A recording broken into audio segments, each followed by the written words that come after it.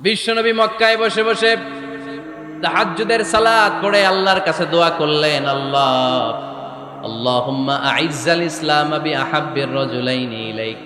ও আল্লাহ, দুইজন লোকের নাম বলবো, দুইজনের দরকার নেই, এই দুইজনের একজনকে আপনি ইসলামের সুশীতল ছায়া তোলে এনে ইসলামকে বিজয় দান করে দেন। মুহূর্তের মধ্যে দোয়াটা কবুল করে নিয়েছে কে? বিশ্বনবী বললেন, আল্লাহ, দুইজনের নাম বলবো আজকের দোয়ায়।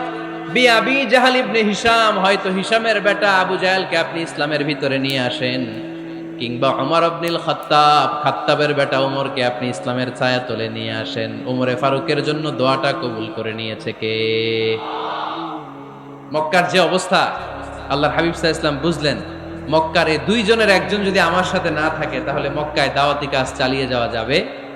আল্লাহরে বললেন, আল্লাহ, বেশি চাই না, এই দুইজনের একজন, হয় আবু জাহেল নয় ওমর, হয় আবু জাহেল নয় ওমর।